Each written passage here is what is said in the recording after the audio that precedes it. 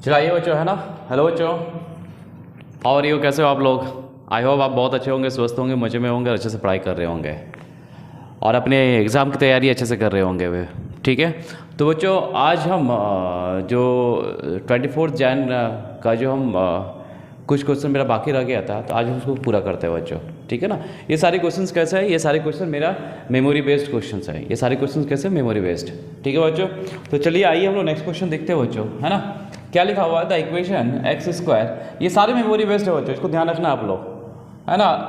ये लिखा था equation X square minus 4x plus 3, और ये लिखा है greatest integer function of X equal to X times greatest integer function of X has number of solution.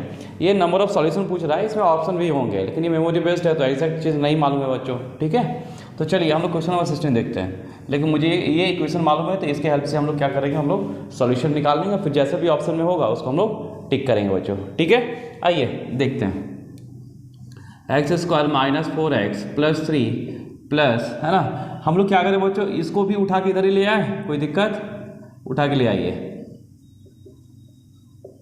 ठीक है, इसका फैक्टर मालूम है हम लोग को, इसका फैक्टर क्या है, x minus 1 into x minus 3 plus यहाँ से GIF कॉमन ले लो बच्चों, ग्रेटेस्ट इंटीजर फंक्शन कॉमन ले लो, ये कितना बनेगा, this is 1 minus x, yes और नो, तो 1 माइनस एक्स बनेगा, यहाँ x माइनस 1 है तो माइनस हम लोग कॉमन ले लो और यहाँ पे x माइनस 1 बना लो।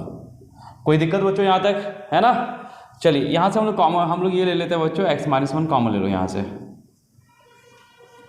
ये क्या बन गया, x minus 3 minus greatest function of x equal to 0। तो यहाँ से दो सॉल्यूशन आए बच्चों, है ना। क्या निकला, एक x माइनस 1 इक्वल टू 0, तो x इक्वल टू 1, एक सॉल्यूशन तो ये निकला बच्चों।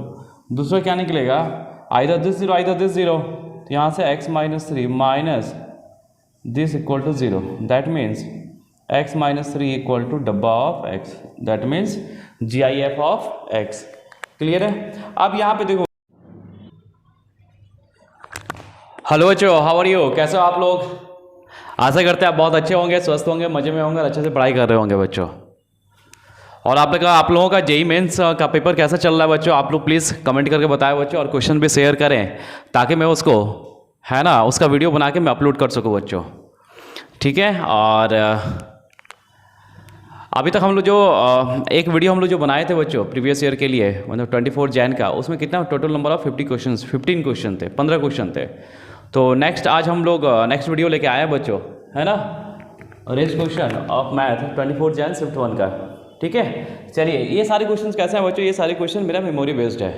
ठीक है बच्चों, तो चलिए आइए हम लोग इसको डिस्कस करते हैं बच्चों। और तो तब तक आप लोग सब्सक्राइब कर दें, लाइक कर दें और बेल आइकन को जरूर प्रेस करें बच्चों, और अपने दोस्तों के बीच में शेयर करें।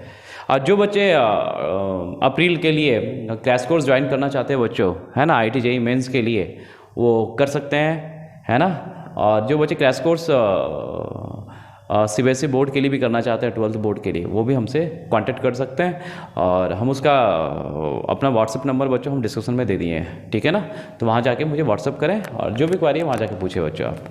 ठीक है, चलिए आइए बच्चों हम लोग देखते हैं, बिना विलम्ब किए हुए हम लोग नेक्स्ट क्वेश्चन स्टार्ट करते हैं। देखिए क्या है, द इक्वेशन लिखा हुआ बच्चों x square minus 4x plus 3, ये लिखा हुआ है क्या, GIF greatest integer function equal to x times GIF दिया हुआ, हैज़ नंबर ऑफ सॉल्यूशन, इसका नंबर ऑफ सॉल्यूशन बताना है बच्चों कितना होगा। ठीक है, ऑप्शन जो भी हो पता नहीं, लेकिन ये क्वेश्चन यही है, तो इसका मैं सॉल्यूशन आपको दे देता हूँ, फिर ऑप्शन जैसा भी होगा बच्चों वहाँ पे आप लोग टिक कर लेना।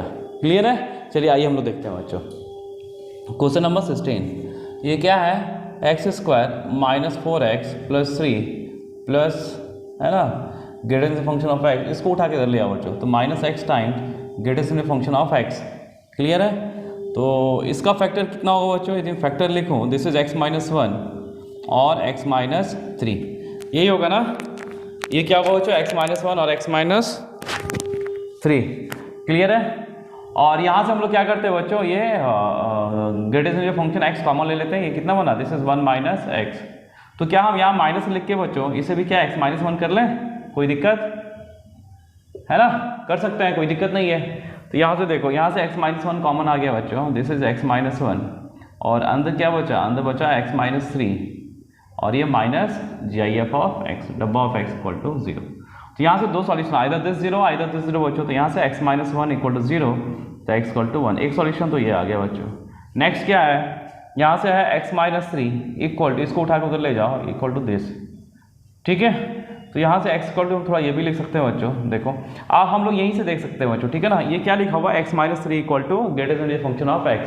सुनना, ये इंटीजर है तो ये भी क्या होना चाहिए, दिस इज ऑल्सो इंटीजर, ठीक है। उतना देखो, इसको हम दो तरीके से यहाँ दो मेथड से सॉल्व कर सकते हैं बच्चों। एक क्या, by the help of graphical method. तो ग्राफिकल मेथड से यदि हम देखें बच्चों, है ना, x माइनस 3 और इसका ग्राफ यदि हम ड्रॉ करें, ये GIF का ग्राफ है, ठीक है, ऐसे चलता जाएगा GIF, है ना, ये ग्राफ तो ऐसे ही चलता जाएगा बच्चों, ठीक है। जब हम x माइनस 3 का ग्राफ ड्रॉ, ये तो हो गया इसका ग्राफ, इसका जब ग्राफ ड्रॉ करेंगे बच्चों तो कहाँ कट करेगा, 3 और 3 पे कट करेगा, 3 और -3, -1 -2 -3, दिस -4 -5, तो एक पॉइंट तो यहाँ आएगा -3 और दूसरा पॉइंट मेरा 3 पे आएगा, दिस इज 1 2 3, ये पॉइंट आएगा बच्चों। इसको जब हम ड्रॉ करेंगे बच्चों तो ये देखा गया है कि कहीं कट नहीं करेगा, इसको हम जब देखें तो ये कहीं कट नहीं करेगा। आइए इसको हम दूसरे मेथड से भी बता देते हैं। तो इसका नो सॉल्यूशन आएगा, इसका क्या आएगा बच्चों, नो सॉल्यूशन। इसको मैं दूसरे मेथड से भी बता देता हूँ, देखो क्या है, यहाँ से x इक्वल टू GF(x) + 3, कोई दिक्कत है यहाँ तक? देखो बच्चों ये क्या है, दिस इज इंटीजर, ध्यान रखो ये इंटीजर है, ये भी इंटीजर है, तो ये क्या आएगा, this is also integer, integer ही आना है ना इसे, क्लियर है। ये क्या आएगा मेरा, this is also an integer, ठीक है। तो यहाँ से क्या हो गया बच्चों, मतलब this integer equal to this integer, that means x equal to x + 3, यहाँ से कटा 0 इक्वल टू 3, ये कुछ आ रहा है बच्चों, नहीं, यहाँ से क्या, this implies no solution, no solution, यानी इसका सॉल्यूशन कितना होगा, इसका एक ही सॉल्यूशन होगा, number of solution is 1 and the solution is x equal to 1। Clear है बच्चों, ठीक है, समझ में आ गया आपको, ठीक है। चलिए हम लोग नेक्स्ट क्वेश्चन नंबर 17 की तरफ मूव करते हैं बच्चों, आइए देख, चलिए क्वेश्चन नंबर 17 देखते हैं बच्चों। यहाँ पे क्या लिखा हुआ है, y² + log cos² x = y दिया है, x बिलोंग्स टू -π/2 π/2। तो मुझे बता रहे कि कौन सा ऑप्शन मेरा करेक्ट होगा। अब ये ऑप्शन पता नहीं कैसा है, नहीं है, पता नहीं बच्चों, लेकिन हम इसके अकॉर्डिंग हम चलेंगे, है ना। देखिए आइए, तो इसको क्या करना है, ए वो डिफ्रेंशिएट करो बच्चों, तो 2y × y' प्लस ये कितना होगा, 1/cos² x into this is 2 cos x and cos x का -x, इसको माइनस कर दे बच्चों, into sin x equal to y', कोई दिक्कत, ठीक है बच्चों, है ना। अब यहाँ से हम लोग क्या देखते हैं कि y', क्योंकि y' के बारे में बोला है ना, y'0 पूछा है, तो y'0 की वैल्यू निकालते हैं। y'0 का मतलब क्या होता है, जब x 0 हो तो y' कितना हो, तो चलिए जब x 0 होगा बच्चों, जब x 0 होगा तो y कितना होगा, ये भी निकालना है। तो चलिए यहाँ देख लेते हैं, y², ये 1 हो गया, log 1 0, तो y² इक्वल टू y, यहाँ से कितना हो गया बच्चों, this is y of y - 1 equal to 0, तो यहाँ से y की वैल्यू कितना हो गया, एक 0 एक 1, तो यहाँ से दो वैल्यू आया, जब x 0 हो, ये कब लिए, जब x इक्वल टू 0, तो यहाँ से दो वैल्यू आ गया बच्चों, when x equal to 0 y equal to 0, और एक बार अब दोनों में हम लोग वैल्यू निकाल लेंगे, है ना। देखिए 0 y इक्वल टू 0, और दूसरा केस है जब x equal to 0 y equal to 1, दोनों जगह क्या करेंगे बच्चों, y की वैल्यू और y' की वैल्यू निकालेंगे, ठीक है।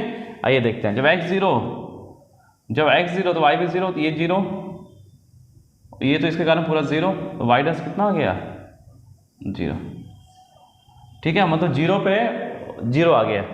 अब इस केस में देखते हैं बच्चों, जब x 0 तो x 0 तो ये पूरा 0, y 1 है, तो यहाँ से 2y' इक्वल टू y', तो यहाँ से y' कितना निकल गया, 0, तो यहाँ से y' कहीं 0 तो नहीं है ना, y' 0 पे 0 कहीं दे रहा है, नो ऑप्शन, ठीक है। अब देखिए यहाँ पे y" भी है बच्चों, y" भी है, तो चलिए हम इसको क्या करते हैं, डिफरेंशिएट एक बार और कर लेते हैं बच्चों। आइए देखते हैं, देखिए इसको थोड़ा रीअरेंज कर लेते हैं, है ना, फिर इसको हम लोग डिफरेंशिएट करते हैं बच्चों। तो y 2y' और ये हो गया sin 2x minus of sin 2x upon cos² x equal to y', इसको डिफरेंशिएट करते हैं बच्चों, वापस डिफरेंशिएट कर लेते हैं।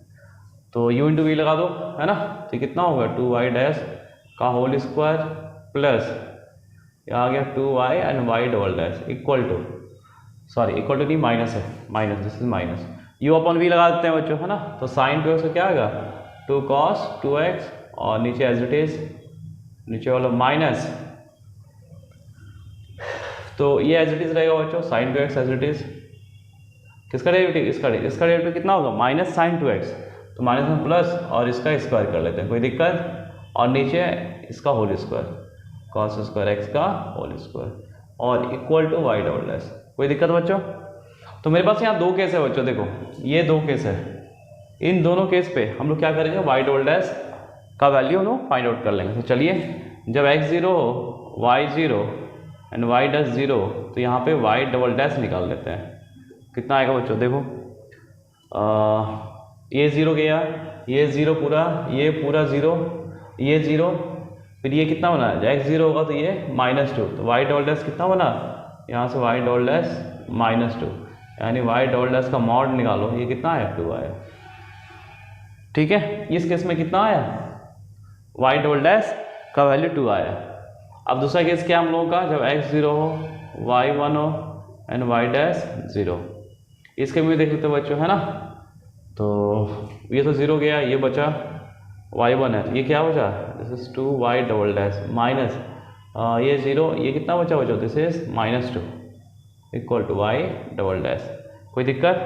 तो यहाँ से y डबल डैश कितना आ गया बच्चों 2, है ना। इसका मॉड भी कितना आएगा 2 ही आएगा, इसका मॉड भी कितना आएगा 2 ही आएगा। तो यहाँ पे एक ही केस आ रहा है कि y डबल डैश कितना आ रहा है बच्चों 2, तो यहाँ पे कोई है ऑप्शन, हाँ यस ये ऑप्शन है, ऑप्शन सी है, ऑप्शन सी इज करेक्ट, ठीक है बच्चों। चलिए आई होप बच्चों आप लोग को ये समझ में आ रहा हो। आप लोग ये देख सकते हो बच्चों क्वेश्चन का लेवल क्या है ना, आप लोग देख सकते हो ये क्वेश्चन का लेवल क्या है, ठीक है। और इससे आप लोग अंदाजा लगा सकते हैं कि जो नेक्स्ट मतलब जो भी सेशन आने वाला है तो उसके क्वेश्चन का लेवल भी लगभग ऐसा ही होगा बच्चों। बहुत सारे क्वेश्चन तो यहाँ रिपीटेड है, और रिपीट हो क्यों ना हो, अब एक साल में 2 एग्जाम हो रहा है, और एक एग्जाम में 6 7 सीटिंग, मतलब 14 सीटिंग, और कभी 14 सीटिंग, कभी 12 सीटिंग, कभी 10 सीटिंग हो रहा है, तो क्वेश्चन कहाँ से आएंगे इतने क्वेश्चन। तो ऑब्वियसली वो रिपीट होना ही होना है बच्चों। इसलिए जितने भी एजुकेटर हैं बच्चों, आप यूट्यूब में जितने भी एजुकेटर देखोगे या क्लास में देखोगे, सब आपको एक ही चीज़ बोलेंगे कि आप PYQ जरूर करें। कम से कम 5 साल का भी मत करो, हम तो बोलते हैं कि 2 साल का ही कर लो।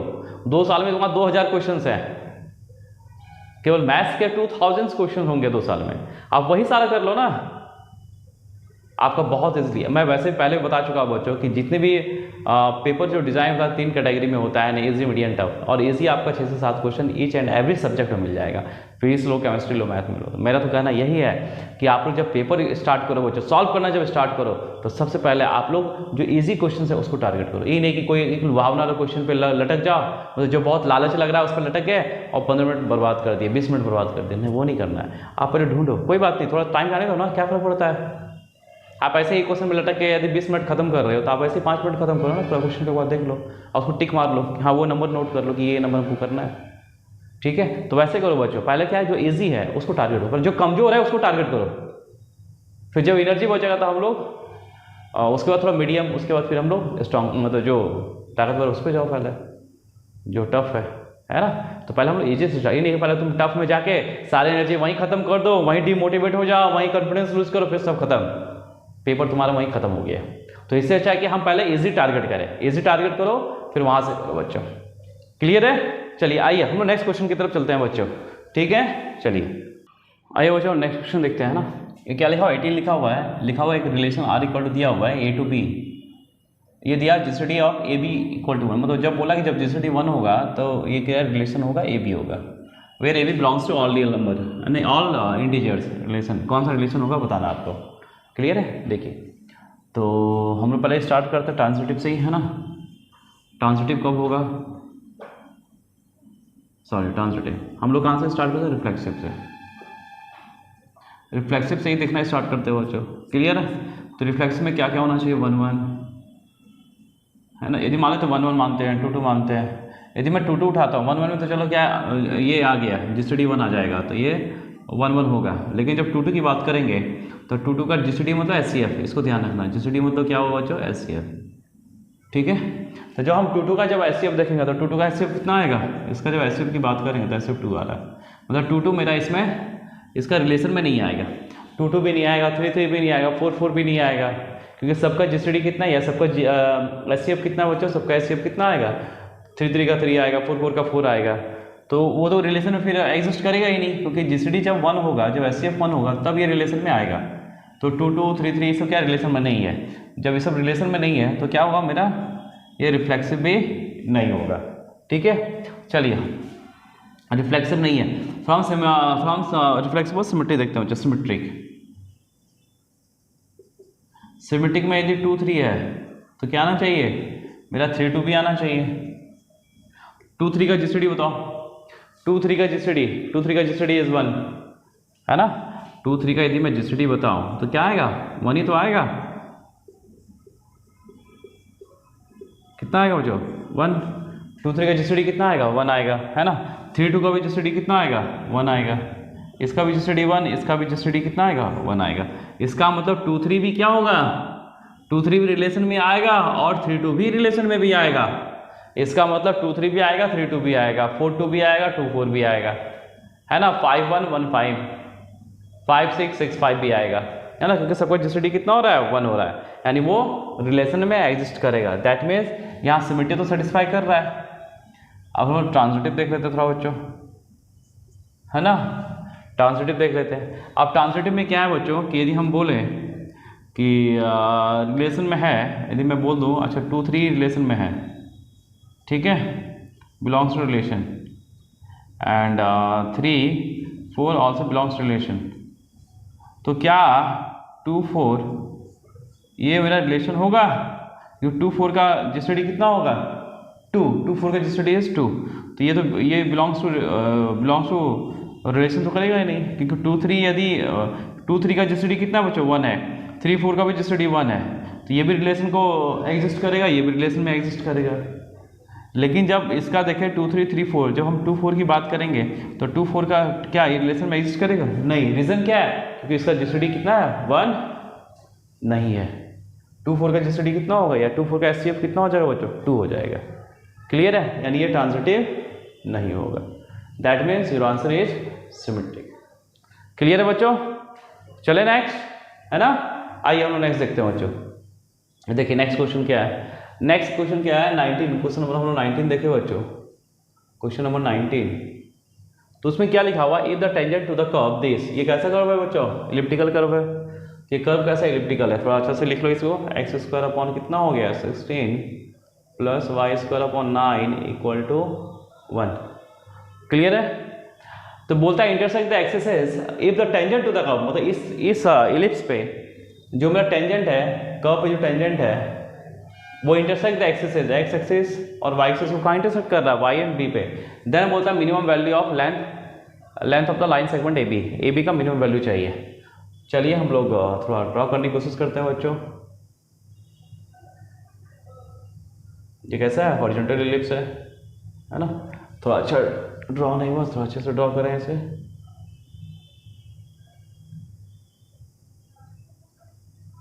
मान लो यहाँ पे इसका ये टेंजेंट है ना, इस पॉइंट ये कहाँ कट कर रहा है बच्चों, ए और बी पे कट कर रहा है। हम लोग को मालूम है बच्चों कि इलिप्स पे है ना, टेंजेंट का जो इक्वेशन होता है क्या होता है, equation of tangent on the ellipse. ये क्या होता है बच्चों, ये होता है एक्स अपॉन ए, है ना, cos theta plus Y upon B sine theta equal to 1। तो यहाँ पे ए कितना है, ए इज 4 बी इज 3, तो इसका टेंजेंट का इक्वेशन कितना हो गया बच्चों मेरा, ये आ गया X upon A, that means 4 cos theta plus Y upon B 3 sine theta equal to 1। Clear है। तो ये एक्स एक्सिस पे कहाँ कट करेगा, ये कहाँ कट करेगा, जब वाई 0 तो ये कट कहाँ करेगा बच्चों, ये 0 हो गया, 4 upon cos theta, this is 4 upon cos theta comma 0, और ये कहाँ कट करेगा, this is 0 comma 3 upon sine theta, यहाँ कट करेगा ना बच्चों ये। क्लियर है। तो चलिए फिर कितना हो गया, ये जो ए बी का जो लेंथ है, ए बी कितना हो गया, length of A B equal to, है ना, this square plus this square, square root of, है ना, 9 upon sine square theta plus 16 upon cos square theta. यहाँ तक कोई दिक्कत? ठीक है, देखिए आगे। तो ये कितना हो गया? चलिए इसको थोड़ा सॉर्ट आउट करें बच्चों। बाहर कितना निकल जाएगा? बाहर 1/sin थीटा cos थीटा, है ना। और अंदर कितना हो गया बच्चों? अंदर आ गया 9 cos square theta plus 16 sin square theta. ठीक है ना। तो ये क्या बोल रहा है कि ये मैक्सिमम कहाँ गया? ये कितना लिखा हुआ है? दिस इज मैक्सिमम ना। हाँ, मिनिमम बोला है, तो मिनिमम लेंथ कितना होगा? तो मिनिमम लेंथ कितना होगा? अच्छा रुकिए बच्चों, 1 मिनट। क्या हम लोग यहाँ पे कुछ मैनिपुलेट कर सकते हैं? और 1 मिनट बच्चों, रुक जाओ। यदि हम AMGM लगाए बच्चों तो यहाँ होगा ये? नहीं, रुको 1 मिनट, इसको थोड़ा सा और मैनिपुलेट करते हैं हम लोग। ठीक है, ये 9 अपॉन क्या हो गया? This is sec square cosec square theta 16 sec square theta. ठीक है, तो ये कितना हो गया आपका? यदि मैं कॉसेक को ब्रेक करूँ तो कितना होगा? कॉट स्क्वायर थीटा माइनस 1 नहीं 1 प्लस कॉट स्क्वायर थीटा, तो हो गया 9 plus 9 cot square theta plus ये 1 प्लस tan स्क्वायर थीटा बच्चों, है ना। तो आ गया 16 प्लस 16 tan स्क्वायर थीटा। कोई दिक्कत यहाँ तक? क्लियर है? आइए अब हम लोग यहाँ पे देखते हैं बच्चों, है ना। देखिए आइए,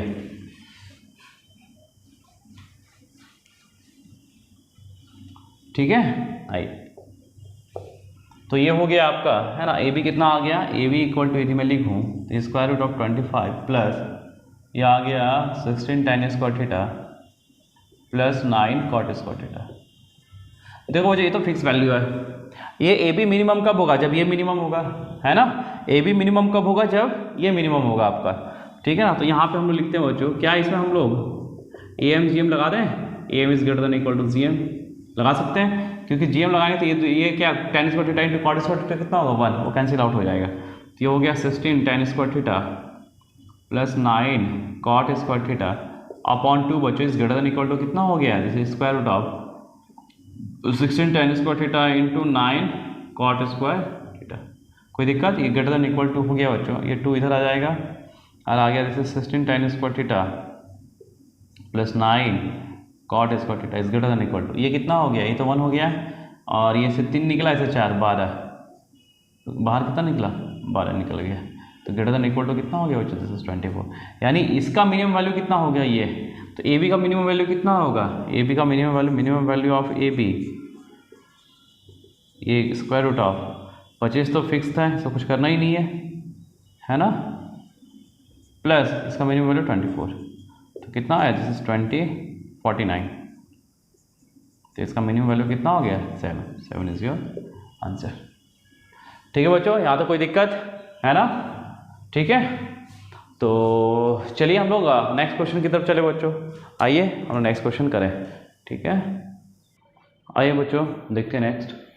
ये क्या लिखा होता है? फंक्शन, है ना। क्वेश्चन नंबर 20 क्या था? Function f of x equal to लिखा है x square sine of 1 upon x when x is not equal to 0 and 0 when x equal to 0 is, मेरा क्या होगा बताना है आपको। क्लियर है? तो यहाँ पे ये बताना है बच्चों कि इस फंक्शन में बताना है कि ये डिफरेंशिएबल है, कंटिन्यूस है, ये बताना है ना। नॉन डिफरेंशिएबल है, नॉन कंटिन्यूस, बस ये सारा ऑप्शन गिवन था। ठीक है, तो ये इसमें बताना है ये फंक्शन कैसा है, मेरा डिफरेंशिएबल है या नॉन डिफरेंशिएबल है, कंटिन्यूस या डिसकंटिन्यूस, वो बताना है आपको। तो चलिए क्वेश्चन नंबर 20 की बात करते हैं बच्चों। हम लोग को मालूम हो बच्चों कि फंक्शन यदि मेरा कंटिन्यूस हो तो क्या होता है? LHL equal to RHL equal to value of function. तो यहाँ पे हम देखते हैं बच्चों x is not equal to 0, इसका मतलब क्या हुआ? x would be greater than 0 ना x इज लेस देन 0। यानी RHL और LHL के लिए फंक्शन क्या यही है बच्चों, है ना। और वैल्यू ऑफ फंक्शन क्या है? वैल्यू ऑफ फंक्शन 0 दिया है। तो ये हम जब देखें बच्चों, देखो जब हम LHL की बात करेंगे तो फंक्शन ये आएगा। तो इसकी वैल्यू क्या होता है बच्चों? ये मेरा कैसे ऑसिलेटरी फंक्शन है, इसकी वैल्यू क्या होता है? -1 से 1 के बीच में ऑसिलेट करता है। जब हम इसको 0 से आप मल्टीप्लाई करेंगे तो ये क्या होगा? पूरा 0 हो जाएगा।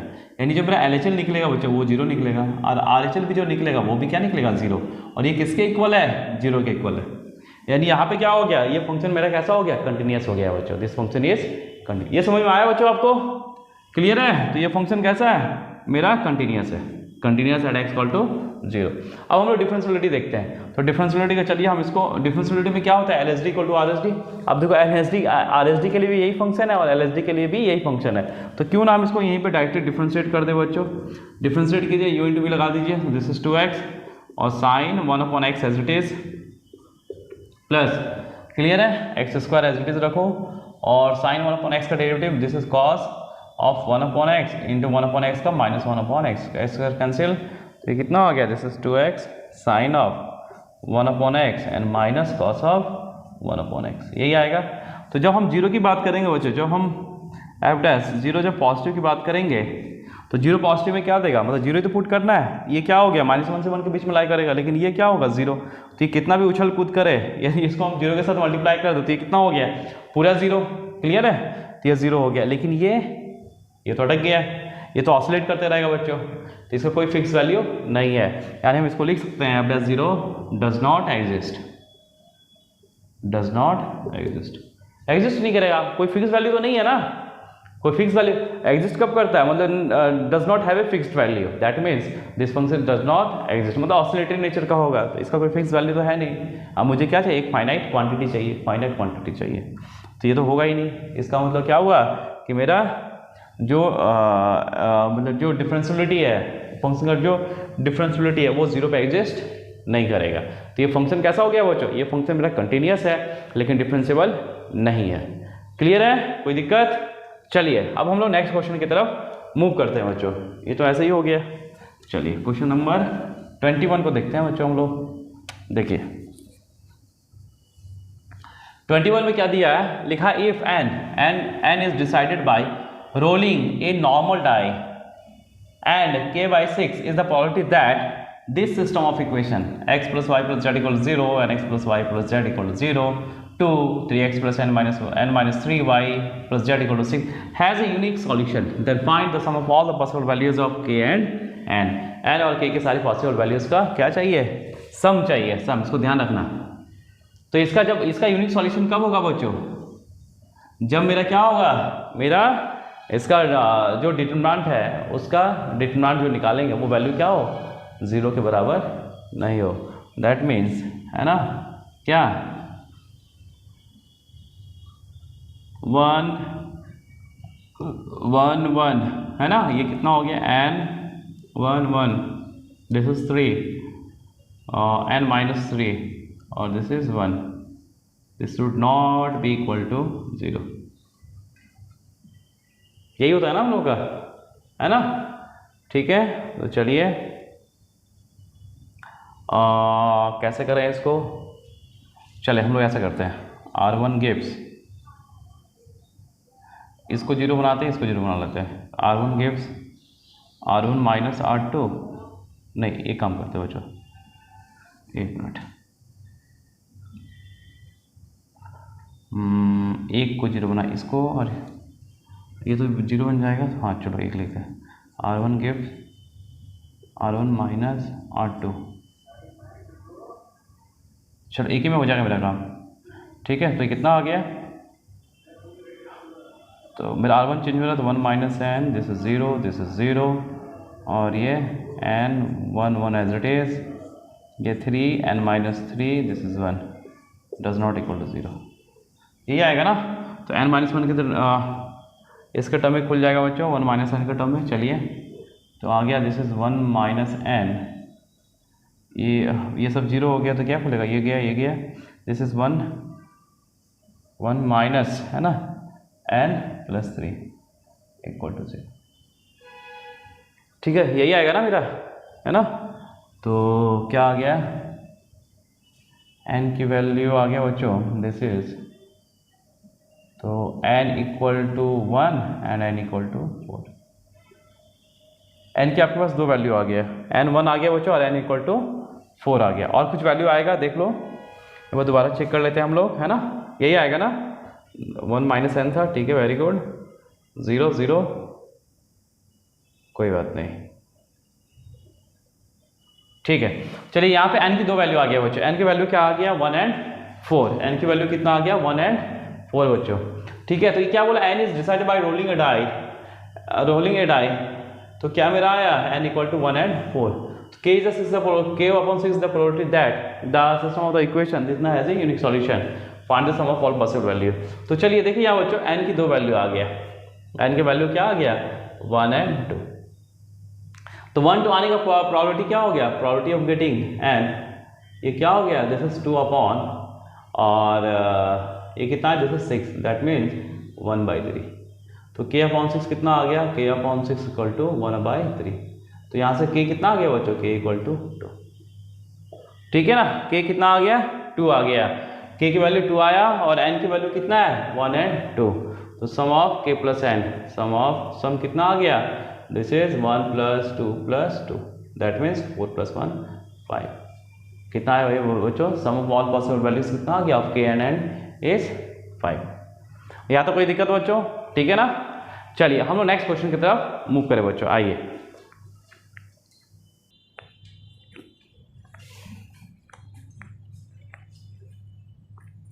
तो आइए देखते हैं बच्चों, यहाँ पे है ना, यहाँ पे क्या हो गया, n1 - n हो गया, दिस इज 1 - n, और ये कितना आएगा बच्चों, देखो 1 है ना, -n + 3 is not equal to 0, ठीक है। तो यहाँ से n की वैल्यू कितना है, n should not be equal to 1 and 4, यानी n की वैल्यू क्या नहीं होना चाहिए, 1 और 4 नहीं आना चाहिए बच्चों, ठीक है ना। तो क्या आना चाहिए n की वैल्यू, n की वैल्यू आना चाहिए 2, 3, 5 and 6।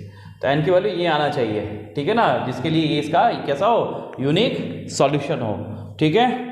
तो चलिए है ना, तो probability of getting n equal to कितना, 4/6, ये कितना आ गया, 2/3, एंड 2/3 इसका टू क्या है, दिस इज k अपॉन 6।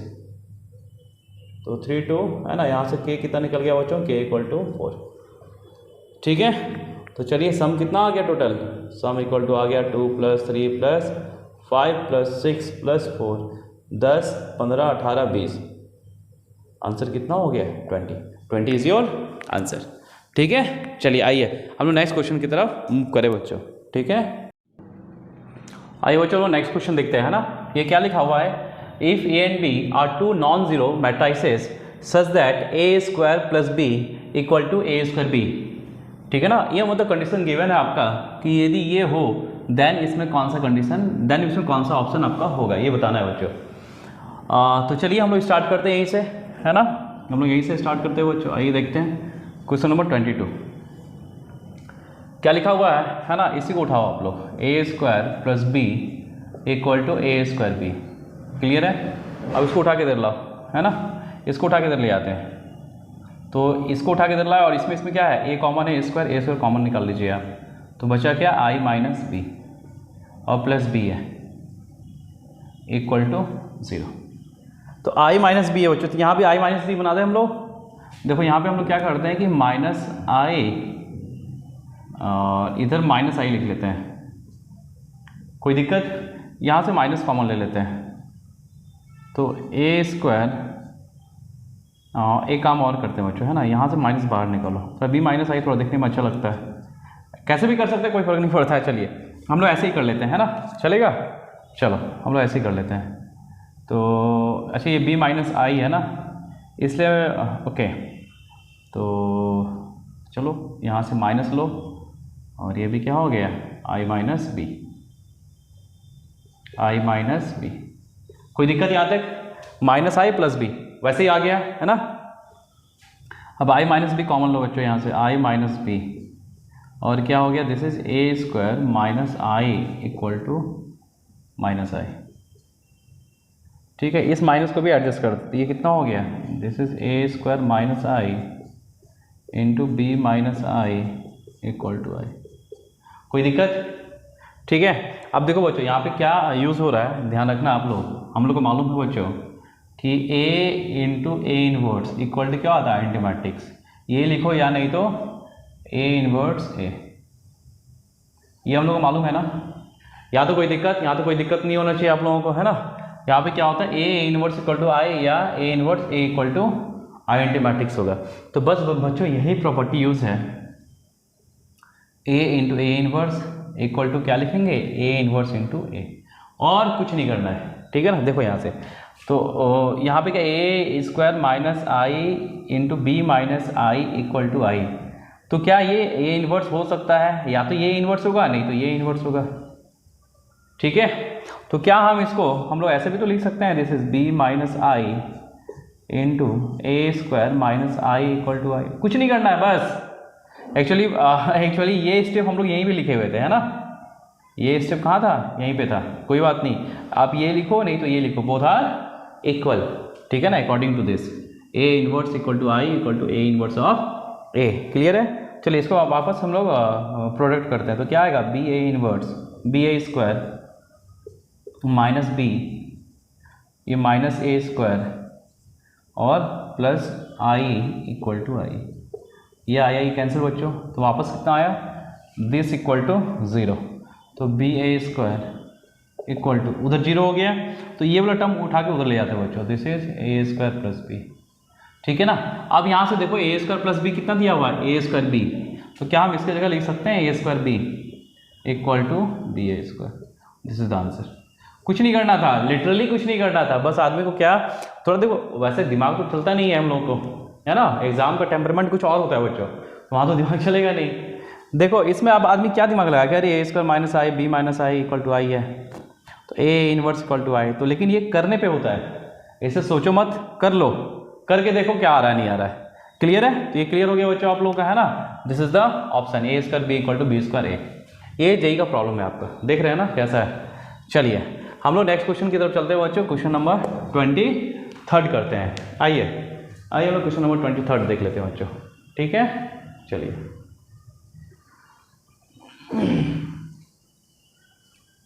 देखिए हम लोग क्वेश्चन नंबर 23 की तरफ चले। देखिए बच्चों क्या है यहाँ पे लिखा हुआ है, find the minimum distance of the point this from the plane form by this and this points is, कितना होगा ये आपको बताना है।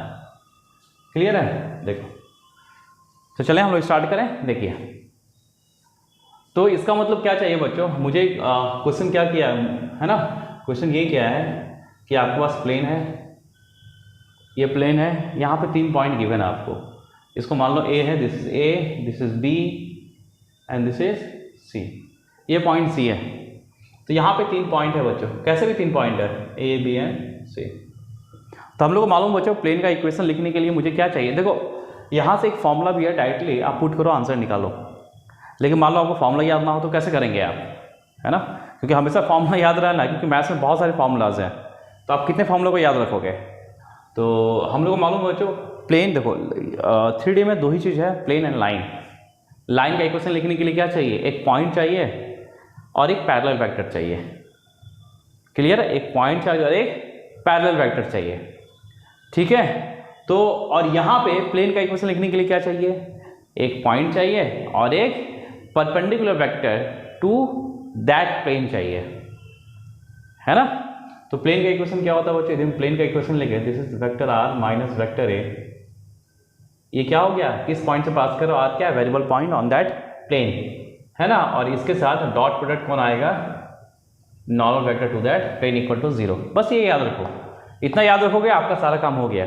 नहीं तो आप ये 3 पॉइंट है, यहाँ से डायरेक्टली आप प्लेन का इक्वेशन ये भी होता है बच्चों, आप लिख सकते हो, है ना, determinant of x minus x1, ठीक है, फिर x2 minus x1, x3 minus x1, उसी तरीके से y लिख लो, y minus y1, y2 minus y1, y3 minus y1, फिर z minus z1, z2 minus z1, z3 minus z1 equal to 0।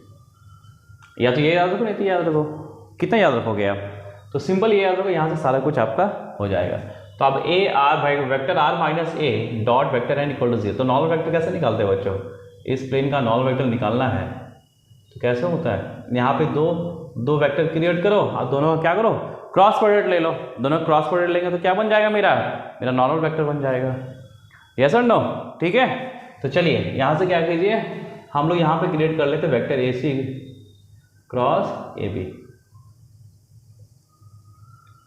कैसे भी लिख लो कोई फर्क नहीं पड़ता है, ए सी क्रॉस ए बी या ए बी क्रॉस ए सी लिख लो, ठीक है। चलिए ठीक है, तो यहाँ से नॉर्मल वेक्टर ये निकल गया, एक पॉइंट है वेक्टर आर, तो किसी का भी ले लो आप, ये पॉइंट ले लो, ये पॉइंट, कोई पॉइंट ले लो, मान लो इसका पोजिशन वेक्टर वेक्टर है, एक ही मान लेते हैं, तो एक पॉइंट ये, आप यहाँ पे फ्री हो, आप कोई भी पॉइंट ले सकते हो, ए ले सकते हो, बी या सी, आप पे डिपेंड करता है आप कैसे लो, आंसर वही आया ना, ठीक है ना। तो चलिए तो हम लोग फिर स्टार्ट करते हैं, ठीक है। फिर नॉर्मल वेक्टर निकाल लेते हैं बच्चों, वेक्टर एन।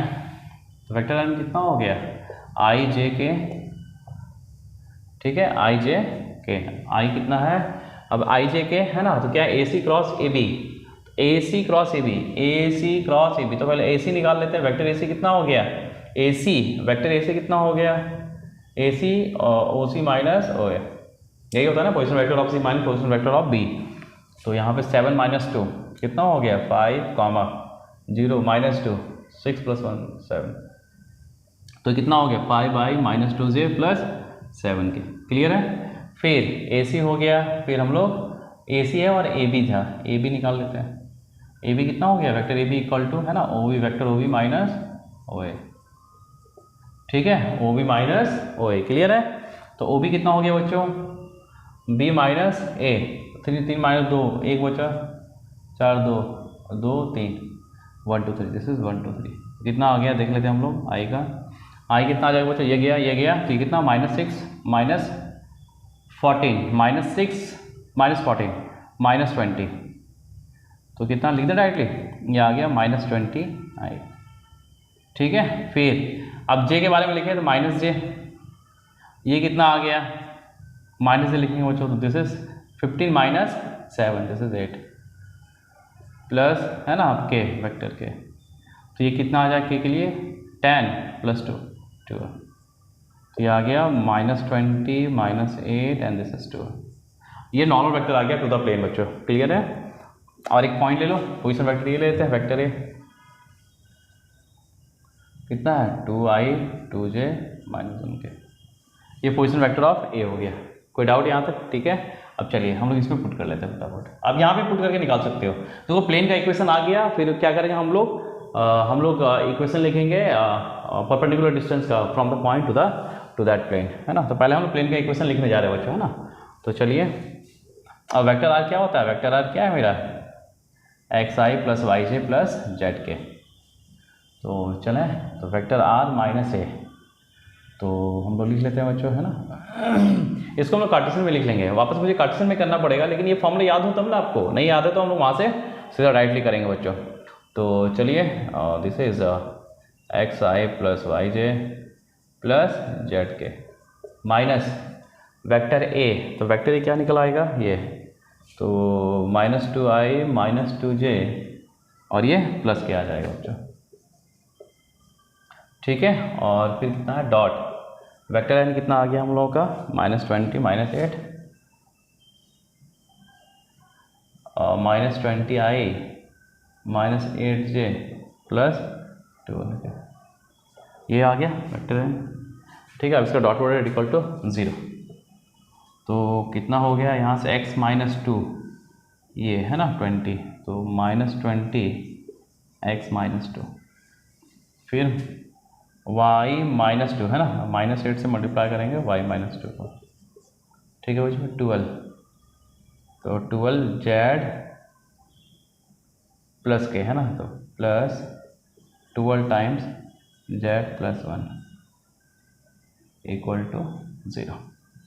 तो यहाँ से कितना आ गया x, देखो -20x -8y + 12z, और ये आ गया +40 +16 56 + 12, 56 + 12 कितना 68, है ना, +68 इक्वल टू 0।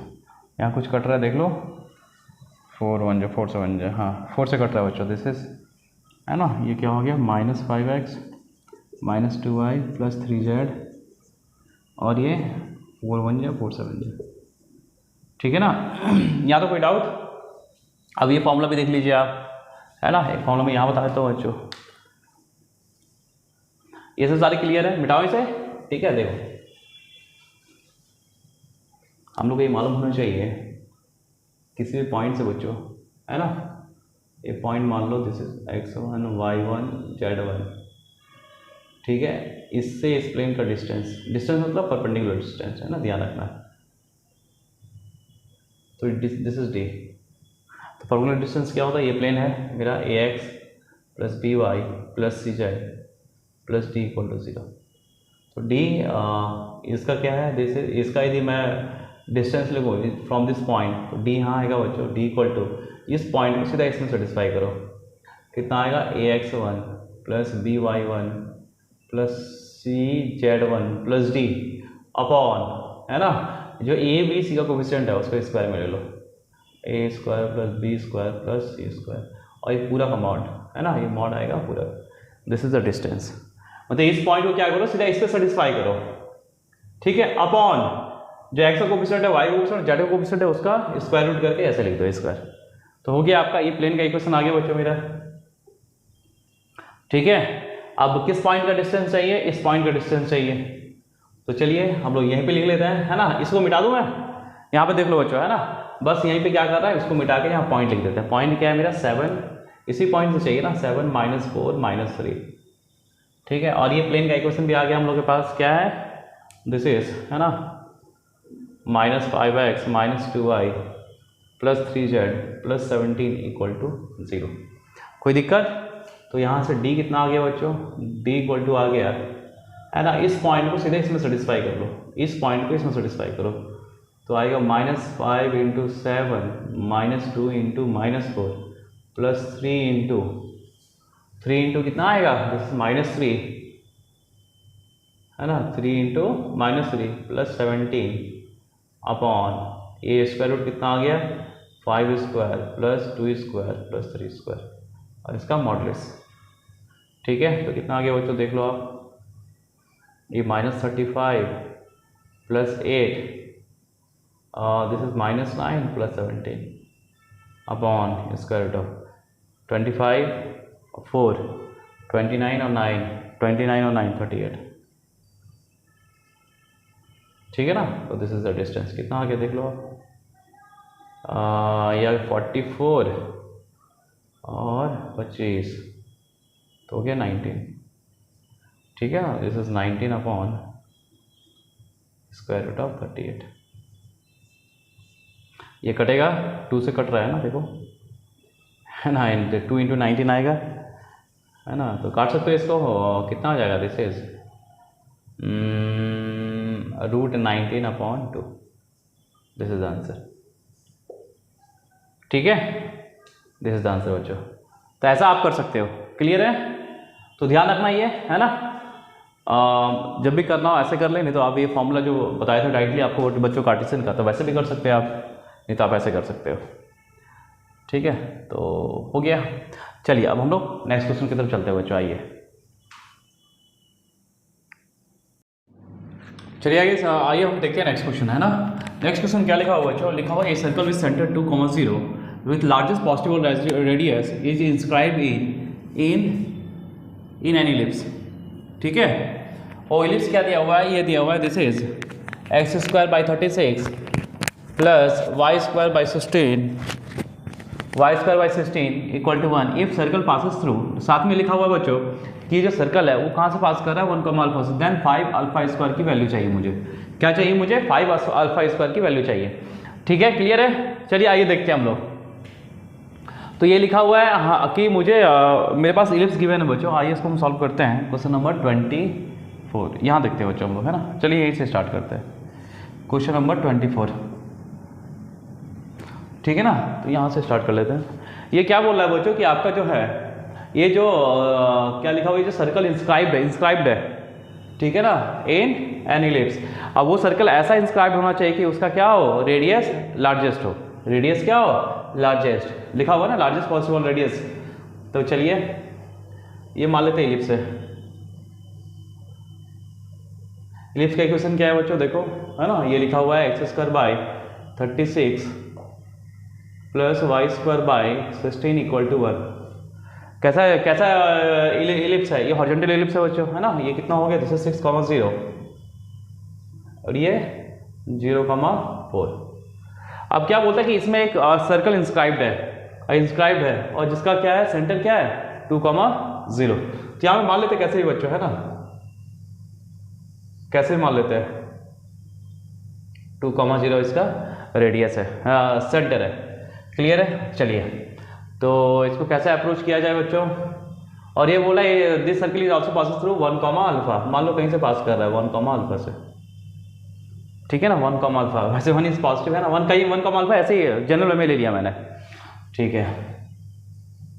तो यहाँ पे सर्कल टच कर रहा है बच्चों, है ना, तो ये तो कॉमन पॉइंट का कंडीशन लगेगा यहाँ पे। तो एक काम करते हैं हम लोग को बच्चों, देखिए सर्कल का एक प्रॉपर्टी मालूम है, क्या मालूम है ना, यदि हम टेंजेंट कहीं किसी पॉइंट पर ड्रॉ करो, नॉर्मल जो होगा, normal always passes through origin, normal जो है ऑलवेज पासेस थ्रू ओरिजिन, ये कंडीशन है। तो क्या हम ये कंडीशन यहाँ यूज़ कर लें?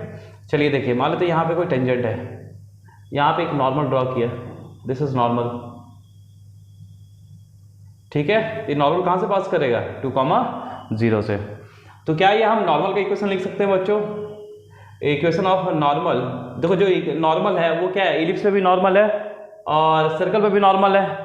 तो हम लोग को मालूम है बच्चों कि यदि मैं इलिप्स पे यदि मैं पैरामेट्रिक फॉर्म में नॉर्मल का इक्वेशन लिखूँ तो क्या होता है ये, है ना, ये होता है ax upon cos theta minus by upon sine theta equal to a square minus b square.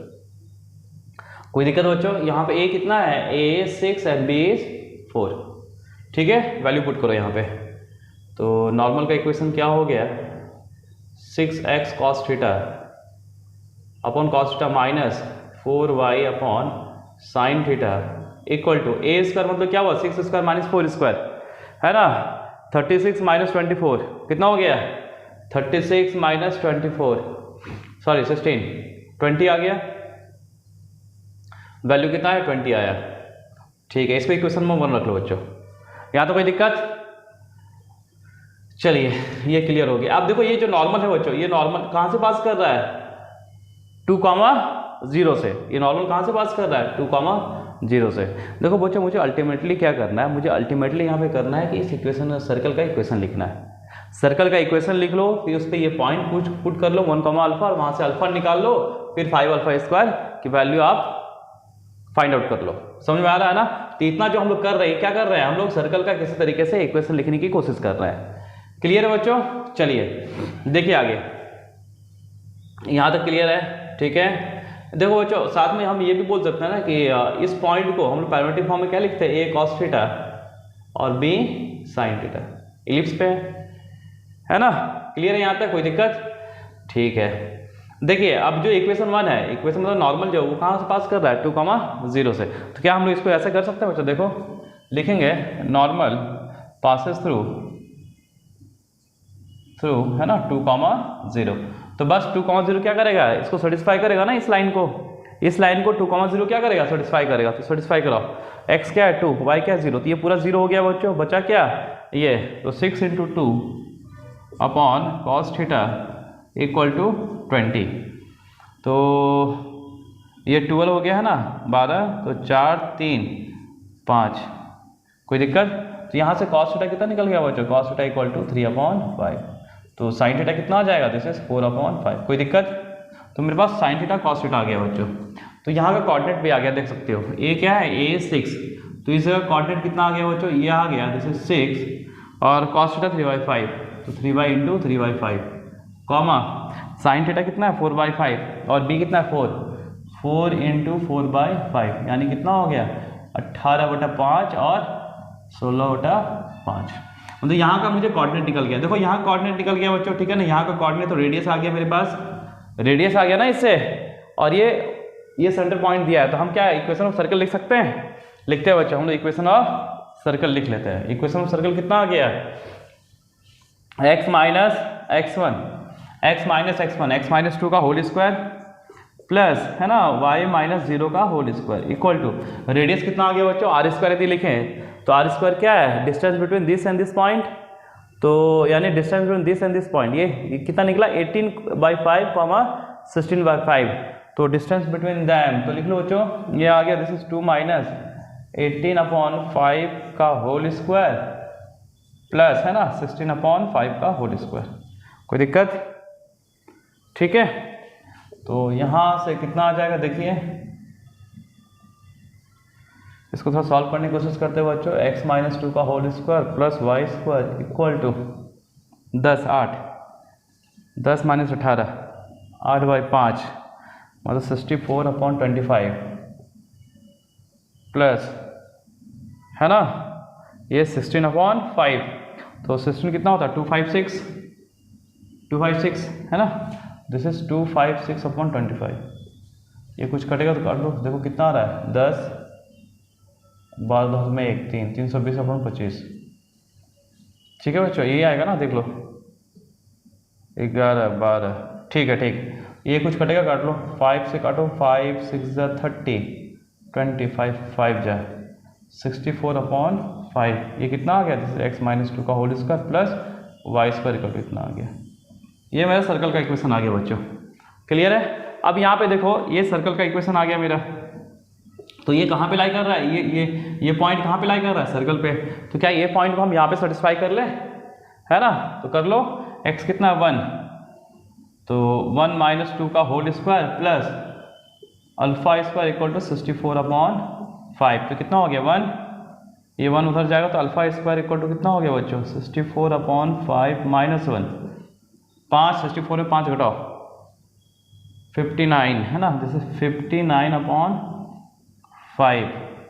तो अल्फा कितना हो गया बच्चों, alpha is equal to plus minus square root of 59/5, या अल्फा स्क्वायर इतनी रहने दो।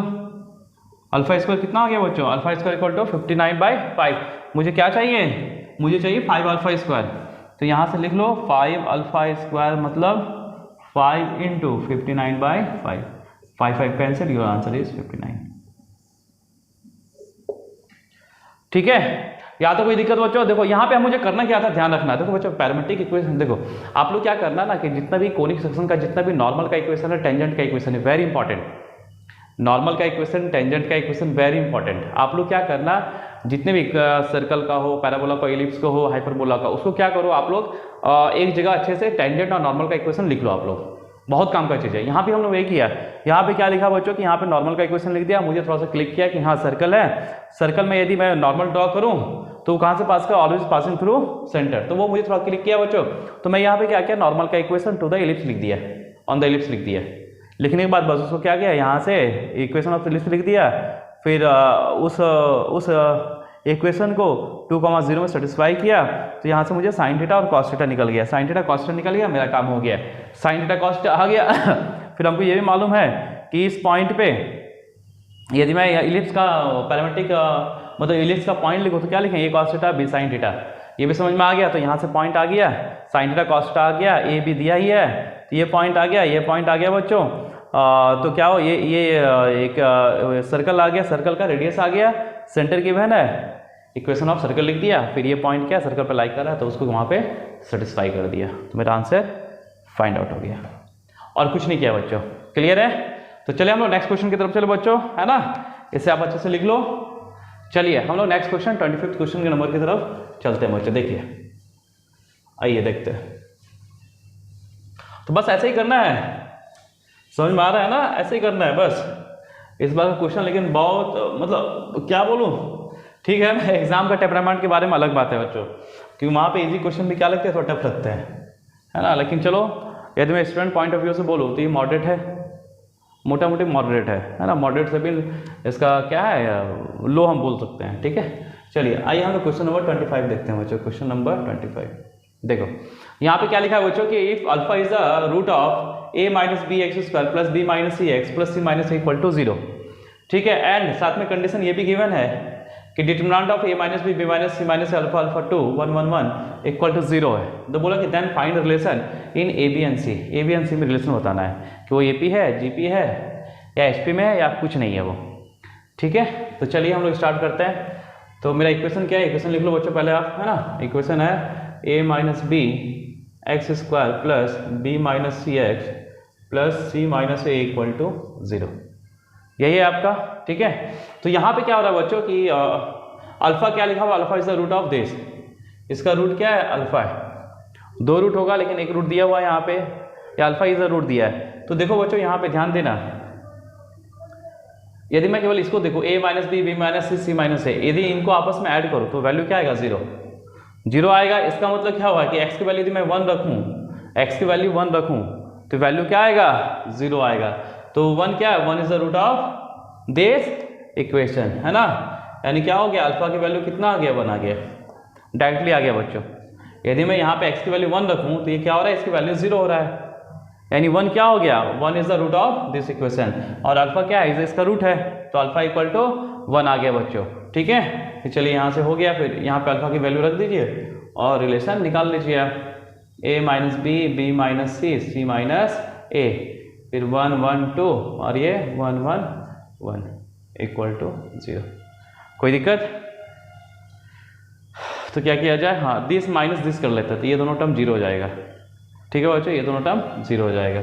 हम लोग क्या करते हैं, this is column 1, this is column 2, तो C1 माइनस C2 कर लेते हैं। C1 gives C1 minus C2, कितना आ गया, दिस माइनस दिस, तो माइनस ये आ गया a minus 2b plus c। ठीक है, ये 0, ये भी 0, ये 0, ये 0, और सब एज इट इज रहेगा, b minus C 1 1, c minus a 2 1, this equal to 0। ठीक है बच्चों, तो चलिए हम डिटरमिनेंट हम इसके रिस्पेक्ट में ओपन कर लेते हैं। तो यदि मैं ऐसे देखूं तो ये गया, ये गया, है ना, तो क्या बना, मेरा बचेगा बच्चों, यहाँ लिख दे रहा हूँ। ठीक है, ये आ गया a माइनस 2b प्लस सी, और डिटरमिनेंट ऑफ ये गया बच्चा 1 1 1 2, है ना, 1 1 1 2, या ये गया, है ना, तो क्या बनेगा मेरा 1 माइनस 2, 1 माइनस 2, तो 1 minus 2 is minus 1 equal to 0। ठीक है, यहाँ पे 1 माइनस 2 नहीं, ये एक्चुअली कैसा आएगा, दिस इज 2 माइनस 1, है ना, दिस इज 2 माइनस 1, क्योंकि मैं ऐसे ओपन कर रहा हूँ ना बच्चों, ये 2 माइनस 1 आएगा, 2 माइनस 1 इज 1, ये आपको कुछ ऐसा बनेगा, मैं लिख दे रहा हूँ, देखो ये आएगा पहले 1 1 आएगा बच्चों, 1 1 1 2 इक्वल टू 0, ये कितना 2 माइनस 1 इज 1, तो बना a minus 2b plus c equal to 0, तो यहाँ से क्या आ गया 2b equal to c plus a। ये किसको इम्प्लाई कर रहा है, this implies ABC are in AP। ठीक है, ये किस में है बच्चों, ये मेरा AP में है। कोई डाउट यहाँ तक बच्चों, क्लियर है? तो चलिए अब हम लोग नेक्स्ट क्वेश्चन की तरफ चले बच्चों, आइए हम लोग नेक्स्ट क्वेश्चन की तरफ चलो।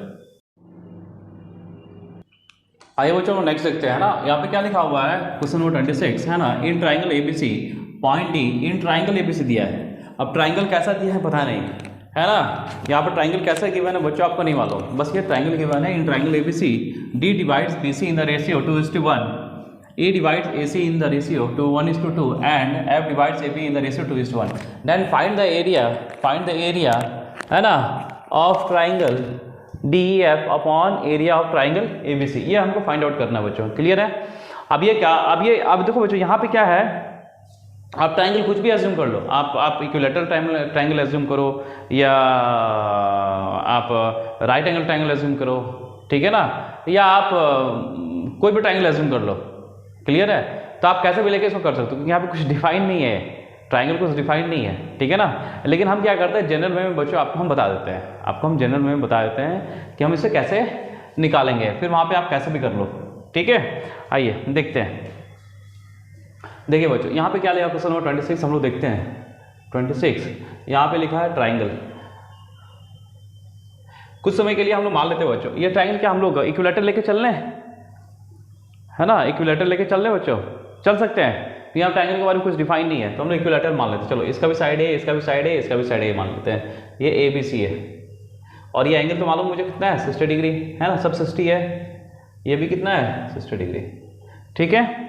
अब क्या लिखा है कि D divide BC in the ratio 2:1, तो BC बोला है तो B के साइड से लेंगे हम, है ना, ये किस रेशियो में डिवाइड कर रहा है, BC को 2:1 में, 2:1। फिर E divide AC in the ratio 1:2, ठीक है। And F divide AB, F divide कर रहा है AB, F divide AB in the ratio 2:1। अच्छा, अब इसको ऐसे रहने दो, देखते हैं कौन सा ट्राइंगल पूछ रहा है ये, क्लियर है। तो पहले इसको हम क्लियर कर लेते हैं। यदि A को 1:2 रेशियो में डिवाइड करें बच्चों तो क्या आएगा, 1 अपॉन टोटल सम इंटू किसको डिवाइड कर रहा है A, तो कितना आ जाए A/3, ये कितना आ गया यदि मैं इसकी लेंथ की बात करूँ, दिस इज a/3, ये लेंथ कितना हो गया बच्चों, दिस इज 2a/3। ठीक है, वापस ये कितना हो गया, दिस इज 2a/3 और ये a/3। ठीक है, वापस दिस इज a/3 और ये 2a/3। क्लियर है ये? ठीक है, आप यहाँ पे इक्विलेटरल भी नहीं मान सकते, आप अलग अलग साइड मान सकते हो इसको बच्चों। क्लियर है? तो चलिए अब हमको क्या है, कौन सा ट्राइंगल चाहिए, D E F. Wire is D E F, D E F. अच्छा, नेमिंग तो किया ही नहीं, डी बी सी को कर रहा है ना, ई ए सी को कर रहा है और एफ ए। तो D E F, okay, this triangle upon triangle A B C, मतलब इसका एरिया बोला है अपॉन ये पूरे का एरिया। क्लियर है? इसका एरिया अपॉन पूरे का एरिया। तो ये सब कैसे निकाले, ये तो निकालने में थोड़ा मुझे टफ लग रहा है बच्चों, है ना। तो हम लोग क्या करते हैं, सुनो, हम लोग क्या करते हैं, ये एरिया और ये एरिया निकालते हैं। उसमें क्या करेंगे, ये पूरे का एरिया माइनस कर देंगे तो ये आ जाएगा, मतलब पूरे का एरिया माइनस दिस मतलब इसको a1 लिख लो बच्चों, this is a1 a2 and this is a3। a1 a2 a3 से माइनस कर लेते हैं, a1 a2 a3 ऐड करके पूरा एरिया में माइनस कर, तो ये एरिया निकल जाएगा मुझे। क्लियर है? या कुछ और भी कर सकते हैं हम लोग, देख लो, यही करते हैं हम लोग, है ना। देखिए तो चले, a1 कितना आ जाएगा, या पहले एरिया ऑफ ट्राइंगल लिख लेते हैं ना, area of triangle A B C. ये क्या है, √3/4 a स्क्वायर, तो √3/4 a² आ गया, है ना। ये एरिया आ गया, area of triangle A B C, ये तो ये आ गया। अब a1 निकाल लेते हैं, a1 कितना आएगा बच्चों, हाफ होता है ना। यदि मैं ट्राइंगल का एरिया लिखूं, यदि ये a है, b और c और ये थीटा है, तो कितना आएगा, area of triangle half A B sine theta. Sine theta है ना, ठीक है, मतलब एंगल बिटवीन देम, जो कुछ भी हो, ये मान लो a है, this is b, this is c, तो ये एंगल कितना है, c, तो साइन c लिखेंगे, लिखते हैं। तो यहाँ भी हम वही कर लेंगे, half A B into sine 60, angle between them 60। तो √3/2, 2 कटा, 2 कटा, फिर वापस √3/2, 2 कैंसिल, तो ये कितना आ गया, दिस इज √3/2। और ये कितना है, a/3 2 है ना, दिस इज 2a/3 है, 1 मिनट रुकना, हाफ 2a/3 इंटू साइन 60। तो ये आ गया, दिस इज 2, ये 2 कटा बच्चों, ये आ गया, देखो a/3 इंटू a/3 इंटू √3/2। ठीक है, तो √3 कैंसिल कर दो, a²/6√3। ये भी क्या आएगा, a²/6√3, ये भी कितना आएगा, a²/6√3, क्योंकि साइड क्या है, एक ही साइड है ना ये। तो मेरे यहाँ पे a1 + a2 + a3 कितना आ गया, देखो बच्चों यहाँ पे, है ना। तो यहाँ पे मेरा a1 + a2 + a3 = 3 टाइम्स कितना आ गया, दिस इज a²/6√3। 3 से काट दो 2, मतलब a²/2√3। ठीक है, तो इसको ले लो बच्चों, ये एरिया a4 ले लो। तो a4 कितना आ गया, a4 = area of triangle this √3/4 a² minus a²/2√3। तो a² कॉमन ले लो, तो कितना आ गया, दिस इज √3/4, ये एलसीएम कितना आ जाएगा, 4√3, 4 से 3 माइनस 2√3, ये आ गया a²/4√3। ठीक है, तो मुझे क्या चाहिए बच्चों, रेशियो चाहिए ना इसका। तो a4 क्या है, दिस इज a4, तो यहाँ पे कितना आ गया a4, रेशियो निकाल लेते हैं हम लोग, है ना, रेशियो निकाल रहे हैं, रेशियो कितना आ गया, दिस इज a² 4√3/√3/4 a²। तो ये 4 ऊपर, नीचे √3 into 4√3 square, sorry, this is 1/3। Answer कितना आ गया बच्चों इसका, 1/3। यहाँ तक कोई दिक्कत? ठीक है। आप लोग ऐसे भी कर सकते हो बच्चों, इसको ना ABC एज्यूम कर सकते हैं ना, इसको A एज्यूम कर लो, इसको B एज्यूम कर लो, इसको C एज्यूम कर लो, अलग अलग साइड लेके भी कर सकते हो, या इसका इक्विलेटरल ट्रायंगल लेके कर लो, या इसको राइट एंगल ट्रायंगल लेके कर लो, आपकी मर्जी। क्लियर है? तो ये आपका आंसर कितना आ गया? This is 1/3। चलेगा? चलिए हम लोग नेक्स्ट क्वेश्चन की तरफ मूव करें बच्चों, आइए। ठीक है बच्चों, चलिए नेक्स्ट क्वेश्चन की तरफ मूव करते हैं बच्चों हम लोग।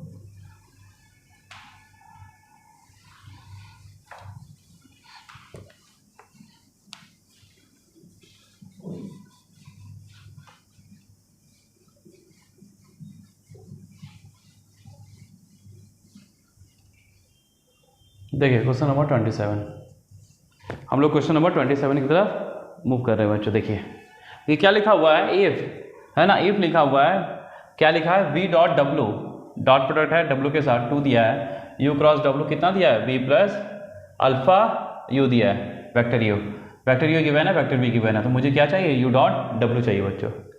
ठीक है, तो चलिए हम इसका यूज़ कर लेंगे बच्चों, है ना। देखिए तो U cross W equal to V plus alpha U। ठीक है, तो क्या करें इसको हम, है ना, V डॉट W चाहिए 2, तो यहाँ पे अल्फा क्या, W और अल्फा अननोन है बच्चों, है ना, तो किसी एक को गायब कर लेते हैं। चलिए इसको हम लोग U से डॉट प्रोडक्ट कर लें, तो U डॉट, है ना, U cross W equal to क्या आएगा, U dot V plus alpha U dot, है ना। तो ये कहाँ गया, ये गया, ये क्या स्केलर ट्रिपल प्रोडक्ट है, उसमें 2 यदि इक्वल होगा बच्चों तो क्या हो इसका वैल्यू, 0 होता है, तो 0 equal to U dot V given है, U डॉट V देखो यही होगा, तो U डॉट V कर लो बच्चों, 2 प्लस 3 6 माइनस प्लस 16, है ना, प्लस ये क्या है, इसका मैग्नीट्यूड है, मैग्नीट्यूड कितना हो गया, 4 प्लस 9 प्लस 16 25 29 और 29, है ना। तो ये क्या है, इसका स्क्वायर दिस इज 29, तो ये कितना हो गया 29, अल्फा इंटू 29, तो अल्फा कितना हो गया बच्चों, दिस इज 22 माइनस 24 अपॉन 29, ये मेरा अल्फा आ गया बच्चों। यहाँ से कुछ और आएगा देखो, ठीक है ना, देख लेना एक बार, है ना। तो अच्छा दिस इज 3 स्क्वायर इज 9 बच्चों, 25 26 25 27 माइनस 27 अपॉन 29, भाई गलत लिखा, एक मिनट बच्चों, एक मिनट, ठीक है, ठीक तो 6 आएगा, ठीक है, 22 24 माइनस 24, ठीक है ना। ये मेरा अल्फा की वैल्यू आ गया बच्चों, क्लियर है, कोई दिक्कत यहाँ तक, ये अल्फा का वैल्यू है। तो चलिए अल्फा की वैल्यू आ गया, यानी ये आ गया मेरा, क्लियर हो गया। तो यहाँ से U cross W equal to V plus alpha कितना, माइनस 24 अपॉन 29 U। अब मुझे क्या चाहिए, U डॉट W चाहिए, तो यहाँ पे U है, इसको हम W से डॉट प्रोडक्ट करते हैं, है ना।